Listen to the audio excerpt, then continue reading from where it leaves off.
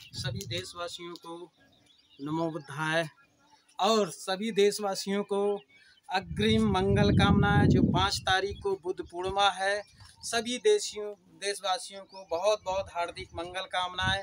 आज जो मैं कमलेश कुशवाहा लगातार ये झंडे लगाने का पंचशील काम कर रहा हूँ, क्योंकि पूरे गांव-गांव में जाकर मैं लगातार झंडे लगा रहा हूँ। आज 4 तारीख है, कल बुद्ध पूर्णिमा है।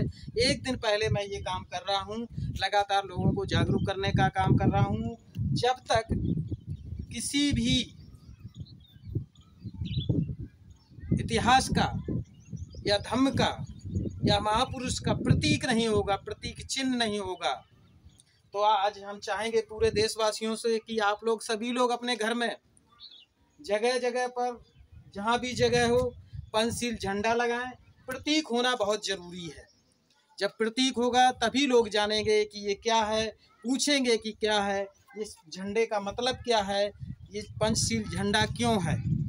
तो इसलिए हम देशवासियों से चाह रहे हैं कि आप सभी लोग बढ़ चढ़ करके बुद्ध पूर्णिमा को कल धूमधाम से मनाएं और अपने सभी महापुरुषों के इतिहासों को बताएं और बुद्ध की विचारधारा को, शिक्षाओं को बताने का काम करें, जिससे कि जन जन तक बुद्ध की शिक्षाएं पहुँचें।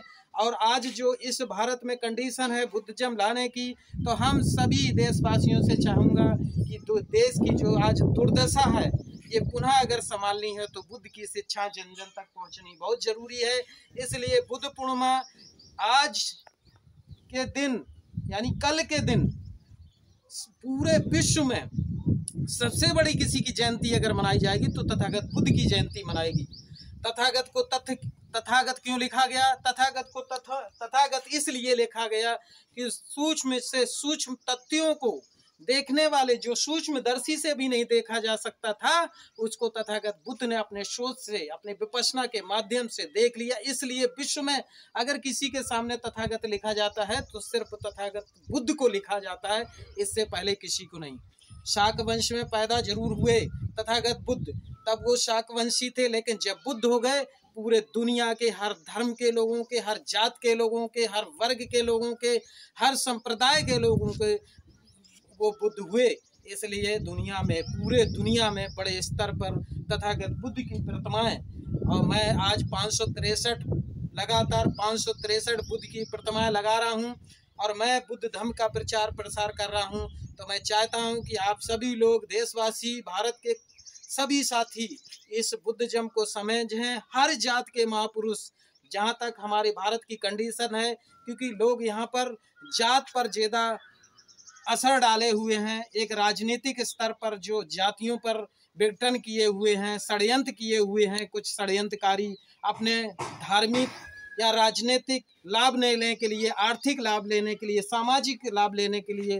तो मैं चाहता हूं कि आप सभी लोग इस षड्यंत्र से निकल करके तथागत बुद्ध ने जो शिक्षाएं दी हैं, बुद्ध ने कहा बुद्धं शरणं गच्छामि, धम्मं शरणं गच्छामि, संघं शरणं गच्छामि, यानी विज्ञान की शरण जाओ, बुद्धि की शरण जाओ, प्रकृति की शरण जाओ और एक संघ तैयार करो। जब विज्ञान का और प्रकृति का संघ होगा और उस संघ का जब विकास होगा तो निश्चित तौर पर इस देश का विकास होगा। ये देश हमारा पुनः हरियाली, खुशहाली, भाईचारा, समानता, करुणा में होगा। इसलिए मैं चाहता हूँ कि सभी देशवासी बुद्ध को पढ़ें, बुद्ध को जानें, बुद्ध की शिक्षाओं को जानें। जहाँ तक आज बड़े बड़े नेता इस भारत के विदेश में जाते हैं तब कहते हैं मैं बुद्ध की धरती से आया हूँ, लेकिन जब भारत में आ जाते हैं तो उनका ढोल का पोल होता है। तो इसलिए मैं चाहता हूँ कि सभी जो राजनीतिक दल हैं, जो संगठन हैं, छोटे छोटे अपने संगठन चला रहे हैं, तो वो बुद्ध की शिक्षाओं और बुद्ध जयंती को मनाने का काम करें, जिससे कि देशवासी बुद्ध की शिक्षाओं को जान सकें और उनका विकास हो सके। आज इस भारत की लगातार देख रहा हूँ कि आज बुद्ध धर्म, क्योंकि विज्ञान बढ़ता जा रहा है, उतना ही बुद्ध धर्म का विकास होता जा रहा है। आज अशोक सम्राट की जो विश्व विजेता कहे जाते हैं, जहाँ भी खुदाई होती है तो शिलालेख मिलते हैं, स्तूप मिलते हैं, स्तंभ मिलते हैं, बुद्ध विहार मिलते हैं। तो मैं चाहता हूँ कि ऐसे महाराजा विश्व विजेता जिन्होंने बुद्ध धर्म को अपनाया, पूरे दुनिया में उन्होंने फैलाया, अपनी बेटी, अपने पुत्र को उन्होंने श्रीलंका भेजा बुद्ध धर्म के प्रचार प्रसार के लिए, और बाबा साहब अम्बेडकर साहब ने कई लाख लोगों को ले जा करके नागपुर में दीक्षा ली। ऐसे महापुरुषों, ललन सिंह यादव जिन्होंने बुद्ध धर्म को अपनाया, बहुत सारे हमारे महापुरुष हुए जिन्होंने, हर जात के महापुरुष हुए जिन्होंने बुद्ध धर्म को अपनाया।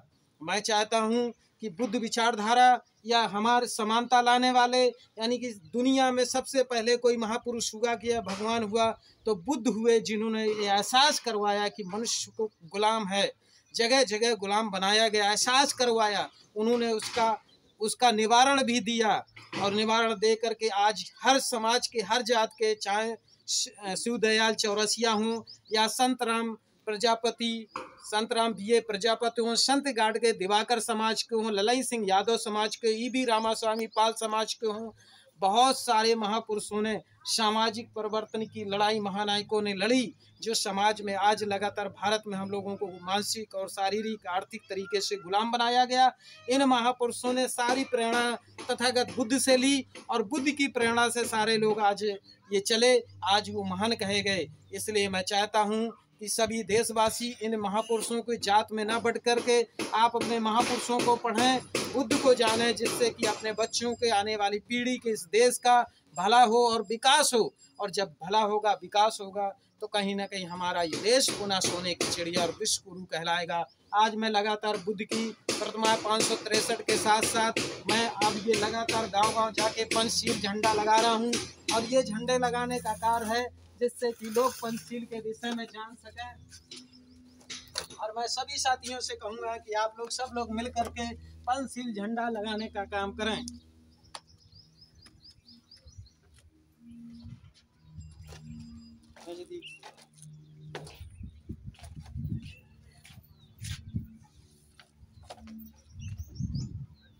बुद्धं शरणं गच्छामि, धम्मं शरणं गच्छामि, संघं शरणं गच्छामि। नमो बुद्धाय। जय भारत, जय संविधान।